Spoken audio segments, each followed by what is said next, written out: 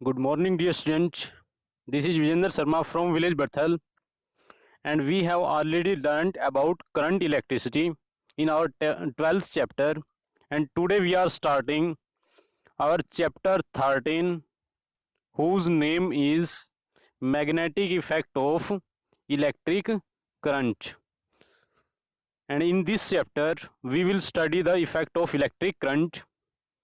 प्यारे बच्चों, आज हम स्टार्ट कर रहे हैं चैप्टर 13, जिसका नाम है magnetic effect of electric current. और इस चैप्टर के अंदर हम पढ़ेंगे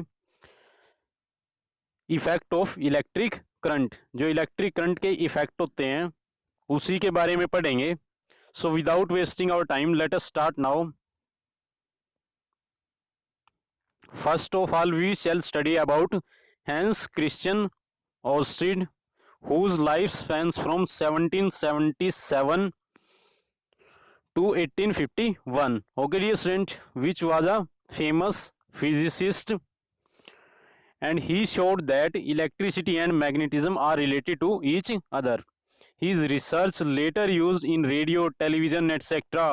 The unit of magnetic field strength is named Oersted in his honor. Okay, dear student, सबसे पहले हम पढ़ते हैं हैंस क्रिश्चियन ओर्स्टेड के बारे में, जिनका जीवन काल 1777 से लेके 1851 तक था। और ये एक सुप्रसिद्ध भौतिक वैज्ञानिक थे। और इन्होंने क्या शो करके दिखाया था, क्या प्रूव करके दिखाया था, इलेक्ट्रिसिटी होती है जो और मैग्नेटिज्म होता है, are related to each other, वो एक दूसरे से संबंधित होते हैं।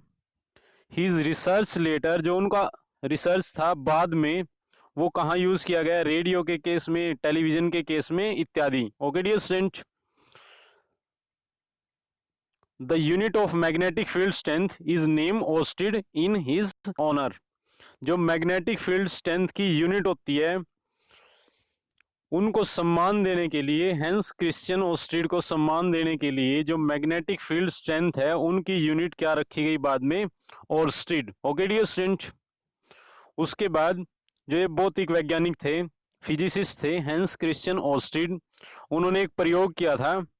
और उस प्रयोग के अंदर जो अपरेटस उन्होंने लगाया था ओर्स्टेड एक्सपेरिमेंट के अंदर, वो आपको यहाँ दिखाया गया है ओर्स्टेड एक्सपेरिमेंट में।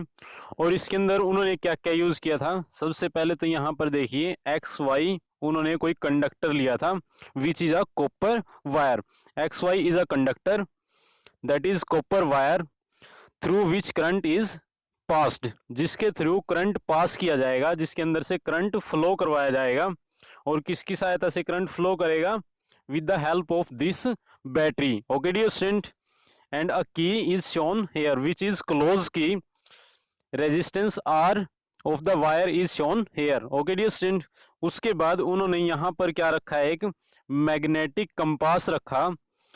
तो जब इस कंडक्टर के थ्रू, एक्स वाई कंडक्टर के थ्रू, यहाँ से बटन को ऑन किया जाता है, स्विच को ऑन किया जाता है, की को क्लोज की दिखाई गई है, जब उसको ऑन किया जाता है तो जो बैटरी का पॉजिटिव टर्मिनल होता है, ये वाला टर्मिनल, इसमें से करंट फ्लो करना स्टार्ट कर देता है और रेजिस्टेंस के थ्रू इस साइड में वो फ्लो करेगा।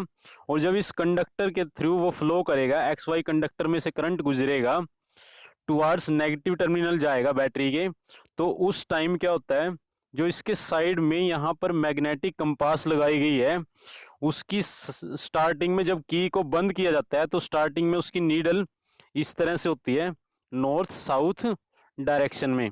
ओके डियर स्टूडेंट, लेकिन जब इसके अंदर से करंट फ्लो करता है तो करंट फ्लो करने की वजह से जो ये सुई है, इसकी नीडल होती है, वो इस साइड में चली जाती है, डिफ्लेक्शन शो करती है। और इसका मतलब क्या होता है कि जब किसी कंडक्टर के अंदर से करंट को फ्लो करवाया जाता है, करंट पास करवाया जाता है, तो उसकी वजह से उसके चारों तरफ मैग्नेटिक फील्ड बनती है। और यही उन्होंने अपने एक्सपेरिमेंट के अंदर शो करके दिखाया था कि जो इलेक्ट्रिसिटी है और magnetism are related to each other. जो इलेक्ट्रिसिटी होती है और मैग्नेटिज्म एक दूसरे से संबंधित होते हैं। जब भी किसी कंडक्टर के थ्रू करंट को फ्लो करवाते हैं तो उसके चारों तरफ मैग्नेटिक फील्ड बनती है, जिसकी वजह से वो मैग्नेट की तरह, चुंबक की तरह बिहेव करना स्टार्ट कर देता है। ओके डियर स्टूडेंट, तो पेपर में आपको ओर्स्टेड एक्सपेरिमेंट कैसे लिखना है, जो अभी आपको एक्सप्लेन करके बताया था। On passing the current through the copper wire X Y, जब कॉपर वायर के थ्रू करंट पास किया जाता है, एक्स वाई कॉपर वायर है जो, in the circuit, the compass which is shown here, जो दिक सूचक होता है, मैग्नेटिक कंपास होती है, needle which is placed near the conductor gets deflected, जो कंपास है उसकी जो सुई होती है, नीडल होती है, वो डिफ्लेक्शन शो करती है if we reverse the direction of current. लेकिन जब हम करंट की डायरेक्शन रिवर्स कर देते हैं, पहले तो ऐसे दिखाई गई है करंट की डायरेक्शन, लेकिन अगर करंट की डायरेक्शन को रिवर्स कर दिया जाता है, ऐसे कर दिया जाता है, if we reverse the direction of current the compass needle deflect in reverse direction, जो कंपास की नीडल होती है, ये वाली सुई, वो इधर डिफ्लेक्शन शो करेगी, इस साइड में शो करेगी डिफ्लेक्शन।